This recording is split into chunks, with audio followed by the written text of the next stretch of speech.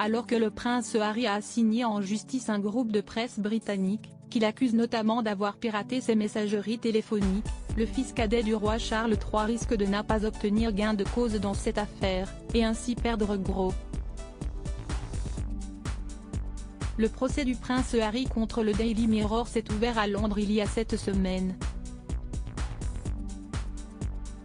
Jusqu'à présent, le groupe de presse britannique et le fils cadet de Charles III ont accumulé des millions de livres en frais de justice. Pour rappel, l'époux de Meghan Markle accuse le tabloïd britannique d'avoir piraté ses messageries téléphoniques, afin d'obtenir des informations. De son côté, l'avocat du Daily Mirror, Andrew Green, affirme que le véritable but du prince Harry avec ce procès est de poursuivre sa campagne pour réformer la presse britannique. Devant la Haute Cour de Londres, Andrew Green a reconnu que le tabloïd britannique a illégalement obtenu des informations privées sur le frère cadet du prince William, avant de s'excuser au nom du journal. L'avocat a ensuite suggéré que le duc de Sussex ne devait pas toucher plus de 500 livres sterling de dommages et intérêts pour cet incident isolé et limité. Andrew Green estime que le reste des accusations du prince Harry devrait être rejeté par la Cour.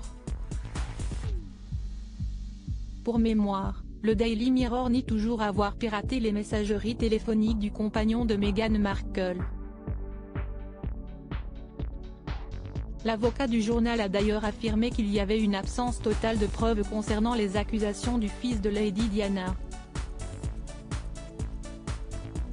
Prince Harry, la fin de son procès est prévue pour le vendredi 30 juin 2023. De son côté, le représentant légal du prince Harry, David Sherborne, a déclaré devant le tribunal qu'il y avait selon lui suffisamment de preuves tangibles concernant le piratage dont son client estime être victime.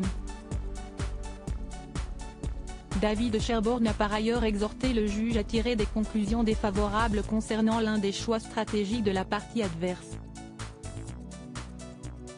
En effet, le groupe de presse britannique a décidé de ne pas appeler à la barre l'ancien rédacteur en chef du Daily Mirror, Piers Morgan. Le procès doit se terminer vendredi 30 juin 2023.